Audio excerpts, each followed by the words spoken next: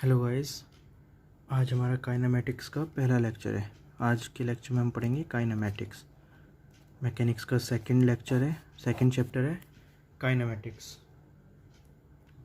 आज का लेक्चर सिर्फ एक इंट्रोडक्शन लेक्चर होगा जिसमें मैं आपको बेसिक चीज़ें जो काइनेमैटिक्स में हम यूज़ होते हैं वो बताएंगे। सबसे पहले काइनेमैटिक्स होता क्या है, काइनेमैटिक्स में हम पढ़ते क्या हैं। तो काइनेमैटिक्स का इंपॉर्टेंस होता है to study motion of a particle. एक पार्टिकल के मोशन को स्टडी करते हैं, ठीक है। तो ये काइनेमैटिक्स का मतलब लाइक काइनेमैटिक्स में हम क्या कर रहे हैं, किसी भी एक पार्टिकल के मोशन को स्टडी कर रहे हैं। तो मोशन की जब हम बात करते हैं, तो जब मैं मोशन बोलता हूँ तो मतलब आपको यहाँ तक समझ में आता है कि पार्टिकल के मोशन को, ठीक है, हम स्टडी कर रहे हैं। तो फिर आप कहोगे कि मोशन को स्टडी कर रहे हैं, मोशन क्या है, मोशन में क्या क्या चीज़ें आती हैं जिसकी वजह से मुझे मोशन पता चलता है। तो फिर मैं कहूँगा इसमें मुझे एक तो होता है, सबसे पहला जो होता है वो होता है पोजीशन। जब मैं मोशन की बात करता हूँ तो सबसे पहली टर्म आएगी पोजीशन, दूसरी टर्म आएगी डिस्प्लेसमेंट, और इसी के साथ आएगा डिस्टेंस। तीसरी टर्म आएगी वेलोसिटी, और इसी के साथ आएगी स्पीड, और चौथी टर्म होगी एक्सीलरेशन। तो जब मैं मोशन की बात करता हूँ पार्टिकल की, तो जब मैंने बोला कि काइनेमैटिक्स में मोशन की स्टडी कर रहे हैं, तो मोशन में क्या क्या आता है, मोशन में आता है उस पार्टिकल की पोजीशन, वो उस पार्टिकल का डिस्प्लेसमेंट या फिर डिस्टेंस, उस पार्टिकल की वेलोसिटी या फिर स्पीड, और उस पार्टिकल की एक्सेलरेशन, ठीक है। डिस्टेंस और स्पीड क्या है, स्केलर क्वांटिटीज़ हैं बेसिकली, और डिस्प्लेसमेंट और वेलोसिटी आपकी क्या है, वेक्टर क्वांटिटीज़ है। एक्सेलरेशन भी वेक्टर क्वांटिटी है, पोजीशन भी वेक्टर क्वांटिटी है एक तरीके से। तो मतलब ये सब हो गया। तो मतलब हम जब मोशन की बात करेंगे तो हम काइनेमैटिक्स में इन सारी चीज़ों पे बातें करेंगे कि उसकी पोजीशन क्या है, उसने कितनी डिस्प्लेसमेंट करा, उसने कितनी डिस्टेंस ट्रैवल करी, उसकी वेलोसिटी कितनी है, उसकी स्पीड कितनी है, उसकी एक्सेलरेशन कितनी है। तो इन सब चीज़ों को हम स्टडी करेंगे। तो काइनेमैटिक्स में मतलब समझ में आ गया, काइनेमैटिक्स में बेसिकली हम क्या करने वाले हैं। तो पूरा काइनेमैटिक्स इसके ऊपर ही है कि आपको इनमें से कुछ चीज़ दे देंगे, और मतलब टाइम तो लाइक इधर रहती है, जो मोशन होता है वो टाइम से लाइक, जो मोशन की बात करते हैं तो अगर मोशन क्या, जैसे अगर मैं वेलोसिटी की बात कर रहा हूँ तो मैं कैसे बोलूँगा 50 किलोमीटर पर आवर। तो लाइक टाइम का टर्म आता है ना, टाइम के लाइक रेफरेंस में कितना मोशन हो रहा है, कि change in something relative to कितने टाइम में, इन टाइम इंटरवल। तो लाइक टाइम तो लाइक रहता ही है बैकग्राउंड में एक तरीके से।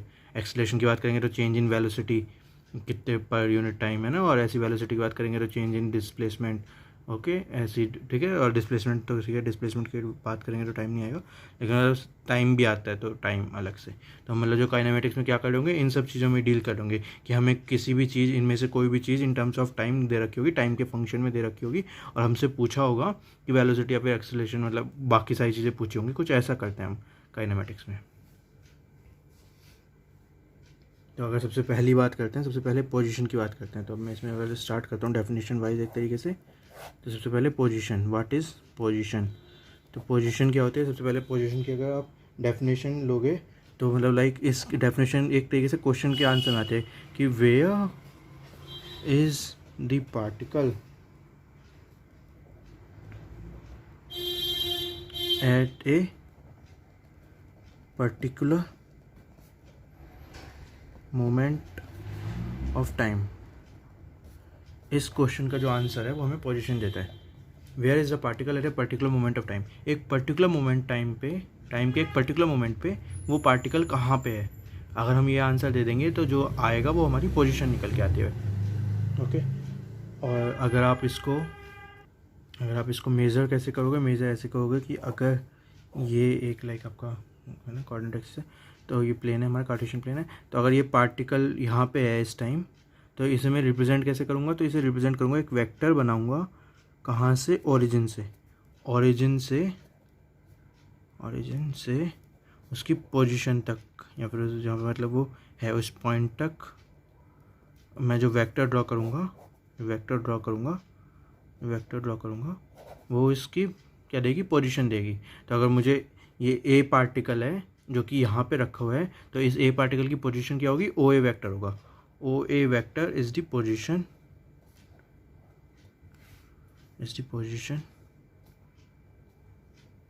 Of a particle. समझ में पार्टिकल, तो डेफिनेशन समझ आ गई पोजीशन की। ये क्वेश्चन क्या, अगर where is the particle at a particular moment of time, time के एक पर्टिकुलर मोमेंट पे वो पार्टिकल कहाँ पे है वो हमें पोजीशन प्रोवाइड करता है। और उसे हम रिप्रेजेंट कैसे करते हैं, अब तो ऐसे फाइंड आउट कैसे करते हैं, तो ऐसे कि ओरिजिन से उस पॉइंट तक अगर आप एक वेक्टर ड्रॉ कर लोगे तो वो जो वेक्टर होगा वो आपका पोजीशन वेक्टर होगा, पोजीशन होगी वो। ओके, ये हमारा हो गया पोजीशन का सिंपल सादा सा बनना। तो पोजीशन हो गई, तो हमारे मैंने 4 चीज़ें बताई थी आपको, पोजीशन, डिस्प्लेसमेंट, डिस्प्लेसमेंट के साथ आप डिस्टेंस की बात भी कर सकते हो, velocity and speed and acceleration, ये 4 चीज़ बताई थी। तो पोजीशन हो गई, अब हम डिस्प्लेसमेंट की बात करते हैं। तो डिस्प्लेसमेंट क्या होती है, अब ये सिंपल होती है। डिस्प्लेसमेंट क्या होती है, इसकी मतलब कि अगर वो पार्टिकल ए से बी जा रहा है, तो अगर मुझे डिस्प्लेसमेंट पूछा तो डिस्प्लेसमेंट होती है ओ बी वैक्टर माइनस ओ ए वैक्टर, ये डिस्प्लेसमेंट होती है।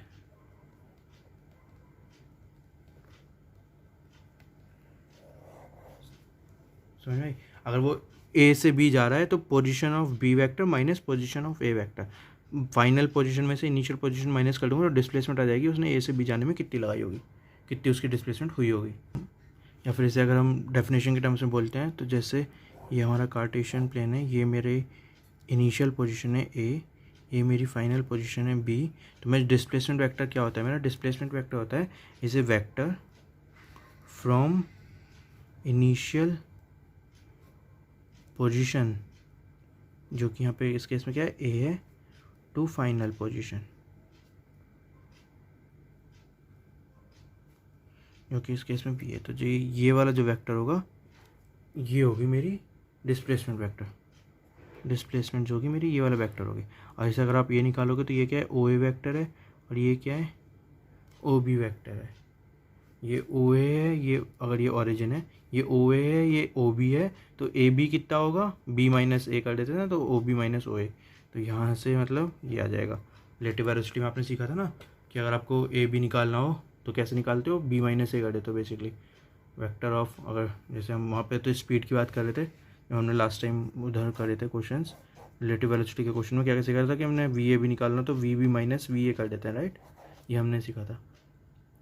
तो ऐसे ही हम यहाँ पे क्या निकाल रहे हैं, यहाँ पे डिस्प्लेसमेंट वेक्टर है तो वो भी तो वेक्टर ही होता था, वी ए बी में वी ए भी एक वेक्टर होता था, वी बी भी वेक्टर होता था, वी ए भी वेक्टर होता था, ये तो हमने रिलेटिव वेलोसिटी में सीखा था। लेकिन जो सब्ट्रैक्शन ऑफ वेक्टर्स है वो तो हर एक जगह यूज़ होगा, वहाँ पे उसका एक एग्जाम्पल था सब्ट्रैक्शन ऑफ वेक्टर्स का कि रिलेटिव वेलोसिटी में सब्ट्रैक्शन ऑफ वेक्टर्स कैसे यूज़ होता है, तो हमने बात की थी। सेम यहाँ पे ए से बी वाला जो वेक्टर है, अगर मुझे ओ ए पता है, ओ बी पता है, तो ए से बी वाले वेक्टर को मैं क्या लिख सकता हूँ, ओ बी माइनस ओ ए लिख सकता हूँ ना, ऑफकोर्स। वैसे भी सोच सकते हो, इनिशियल पोजीशन पता है, फाइनल पोजीशन पता है, तो डिस्टेंस ट्रैवल कितनी करी होगी, डिस्प्लेसमेंट ट्रैवल कितनी करी होगी, final minus initial, final vector minus initial position vector, तो वो हमने यहाँ पे किया।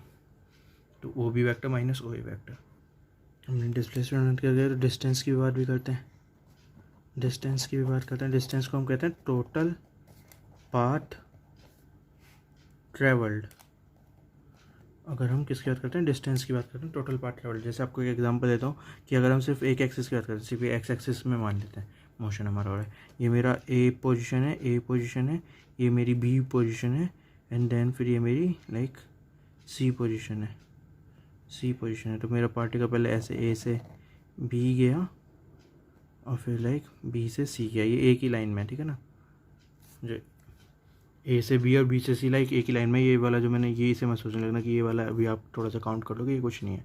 तो बेसिकली ए से बी गया फिर सेम लाइन में वापस आ गया सी पे, ऐसा करा हमने, मोशन ट्रैवल किया, ठीक है। अगर मैं डिस्टेंस की बात करता हूँ, ये मैं मान लेता हूँ लाइक मेरी ए से बी 5 है और बी से सी कितनी है मेरी 3 है या फिर 2 है।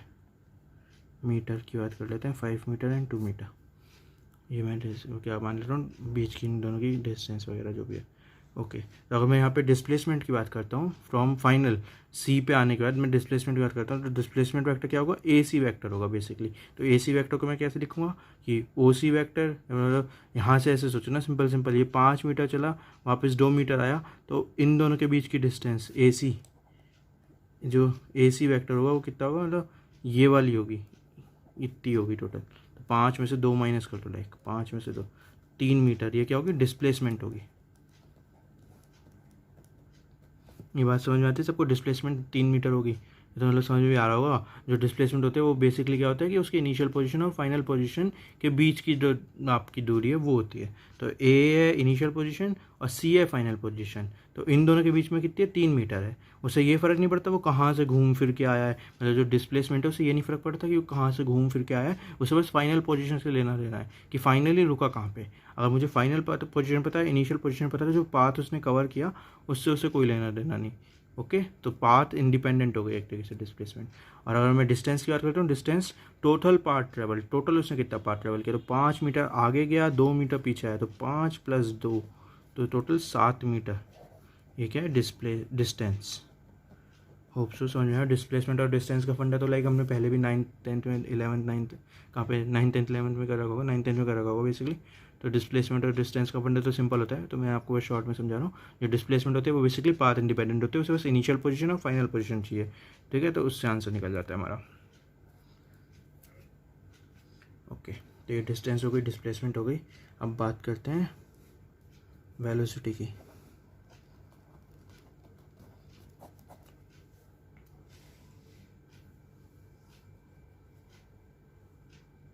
तो वेलोसिटी क्या है, अगर डेफिनेशन वाइज आते हैं तो rate of change of position vector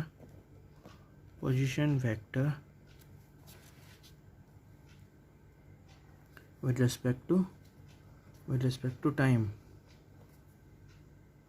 is called velocity, ठीक है। तो ये वेलोसिटी कहलाती है। Rate of change of position vector, जो पोजीशन वेक्टर है उसका रेट ऑफ चेंज क्या है, पोजीशन वेक्टर का रेट ऑफ चेंज क्या है, उसे हम विद रिस्पेक्ट टू टाइम, उसे हम वेलोसिटी कहते हैं कि टाइम के रेस्पेक्ट में पोजीशन वेक्टर कितना, मतलब अगर उसकी पहले पोजीशन ए थी, फिर बी थी, फिर सी थी, फिर डी थी, तो जो उसका rate of change of position vector है विद रिस्पेक्ट टू टाइम, वो हमारी क्या होती है, वेलोसिटी कहलाती है। ओके, तो अगर इसे फॉर्मूले के टाइम टर्म्स में लिखेंगे, rate of change of position vector with respect to time हमारी वेलोसिटी कहलाती है। वेलोसिटी क्या होती है, एक वेक्टर होती है, ऑफकोर्स ये तो सबको पता ही है, वेलोसिटी एक वेक्टर होती है, ठीक है। और वेक्टर का मैंने हमेशा क्या बताया कि क्या होता है, मैग्नीट्यूड होता है और एक डायरेक्शन होती है। तो जो वेक्टर, इस वेलोसिटी का जो मैग्नीट्यूड होता है उसे स्पीड कहते हैं, तो आपको स्पीड की डेफिनेशन यहीं से पता चलेगी कि स्पीड क्या है। और डायरेक्शन तो लाइक वेक्टर की कुछ होती है, तो वो अलग हो गई। तो वेक्टर के मैग्नीट्यूड जो होता है, जो वेलोसिटी वेक्टर का मैग्नीट्यूड होता है वो स्पीड कहलाता है। और ओके, अब मैं बात कर रहा था कि हाँ, वेलोसिटी होता है rate of change of position vector. अगर इसमें फॉर्मूले के टर्म से लिखता हूँ तो यहाँ पे 2 टर्म आती हैं, एक तो आती है एवरेज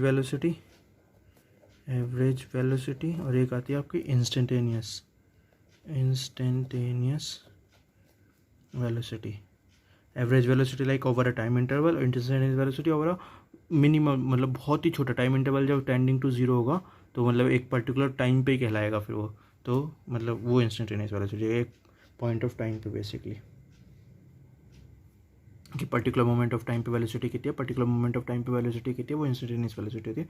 एवरेज वेलोसिटी का हम नॉर्मल इससे निकालते हैं कि rate of change of position vector with respect to time. तो अगर rate of change of position vector करेंगे तो लाइक कि अगर क्या बनेगा हमारा, तो अगर मैं ए से बी की बात करता हूँ, ए से बी की बात कर रहा हूँ, तो चेंज इन पोजीशन वेक्टर क्या होगा, ओ बी वैक्टर माइनस ओ ए वैक्टर, और नीचे क्या आएगा, time interval like respect to time करना, डेल्टा टी।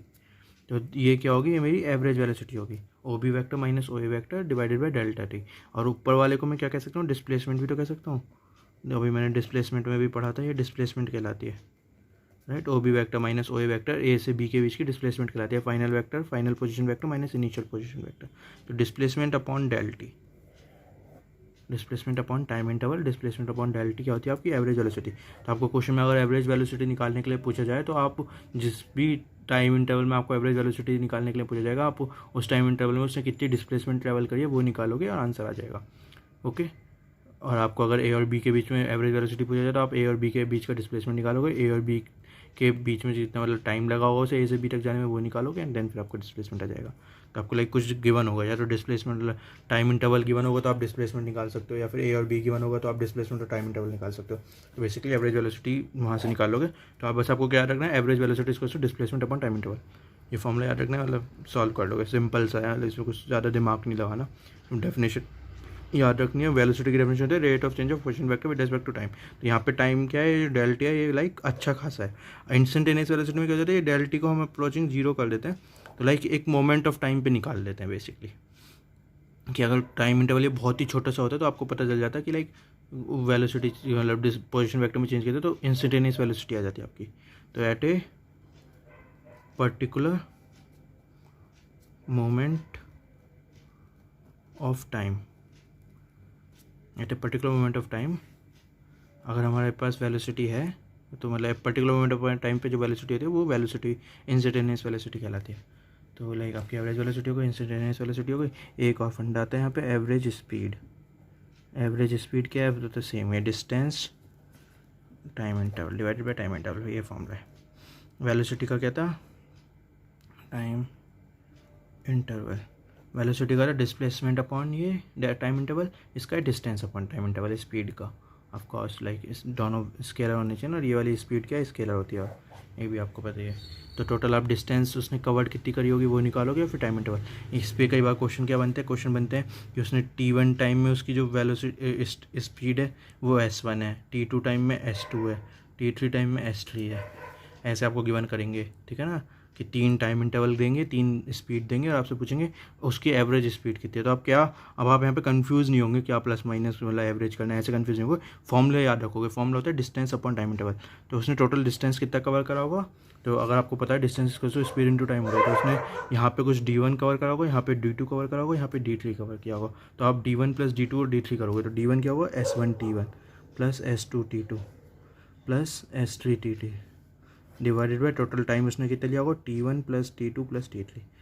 तो ऐसे वाले ये वाले क्वेश्चन को ऐसे सॉल्व करते हैं, मतलब ये वाला क्वेश्चन आ जाता है। कई बार बच्चे कंफ्यूज आते हैं। सिंपल क्वेश्चन है कि आपको क्या गिवन करते हैं कि वो 3 टाइम इंटरवल में आपको 3 स्पीड गिवन करते हैं कि वो 5 सेकंड तक इतनी स्पीड से चला, फिर अगले 5 सेकंड इतनी स्पीड से चला, फिर अगले 3 सेकंड इतनी स्पीड से चला, तो एवरेज स्पीड बताओ।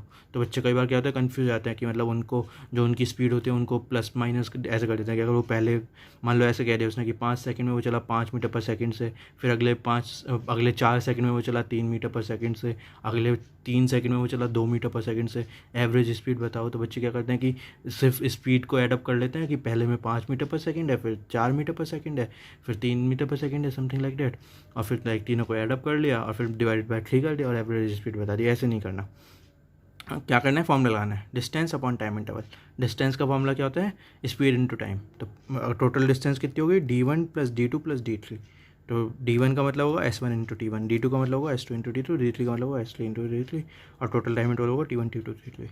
तो ये एक टाइप का क्वेश्चन बनता है जो मैंने आपको बताया। तो आपके पास एवरेज स्पीड, एवरेज वेलोसिटी और एवरेज स्पीड और इंस्टेंटेनियस वेलोसिटी तीनों आ गई। ओके, तो आज का लेक्चर हम यहीं पे ख़त्म करते हैं वेलोसिटी वाले पे। अगले लेक्चर में हम एक्सेलरेशन की बात करेंगे एंड देन फिर आगे बढ़ेंगे।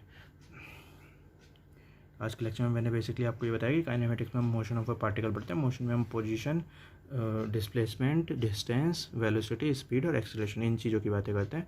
तो मैंने आपको किसकी चीज़ों की बातें कर ली आज के लेक्चर में। पोजीशन के बारे में बता दिया कि पोजीशन क्या होता है, ओरिजिन से लेके जिस भी पॉइंट की पोजीशन आपको निकालनी है वहाँ तक का एक वेक्टर ड्रॉ कर लो तो वो पोजीशन कहलाती है। डिस्प्लेसमेंट बता दी कि फाइनल पोजीशन से इनिशियल पोजीशन वेक्टर को सब्ट्रैक्ट करोगे तो आपका डिस्प्लेसमेंट आ जाती है, या फिर आप ऐसे भी कह सकते हो कि इनिशियल पोजीशन से फाइनल पोजीशन तक का जो आप वेक्टर ड्रॉ करोगे वो आप कह सकते हो डिस्प्लेसमेंट। फिर उस डिस्टेंस बता दिया कि टोटल पाथ उसने जितना कवर किया होगा वो डिस्टेंस होती है। जो डिस्प्लेसमेंट होती है वो पाथ इंडिपेंडेंट होती है, उसे बस इनिशियल पॉइंट और फाइनल पॉइंट से लेना देना होता है। उसके बाद फिर हमने वेलोसिटी की बात कर ली। तो rate of change of position vector with respect to time, rate of change of position vector with respect to time, ये वेलोसिटी की डेफिनेशन होती है। अब विद रिस्पेक्ट टू टाइम में जब नीचे डेल्टी आता है, अगर वो जीरो के तरफ पॉइंट आउट करेगा, जीरो की तरफ टेंड करेगा, मतलब डेल्टी बहुत छोटा होगा, जीरो के मिलता जुलता होगा, तो उसे इंस्टेंटेनियस बोल देते हैं। एवरेज वाली होगी displacement upon time interval, instantaneous वाली होगी मोमेंट ऑफ टाइम पे, किसी भी पर्टिकुलर मोमेंट ऑफ टाइम पे कितनी वेलोसिटी है, और फिर एवरेज स्पीड होगी डिस्टेंस अपॉन टाइम। तो average velocity displacement upon time, average speed distance upon time, instantaneous velocity particular moment पे कितनी है। तो ये सब कुछ आज के लेक्चर में हमने किया। अगले लेक्चर में हम बात करेंगे बेसिकली इसकी कि क्या कहते हैं कि एक्सेलरेशन वगैरह की बात करेंगे। Thank you.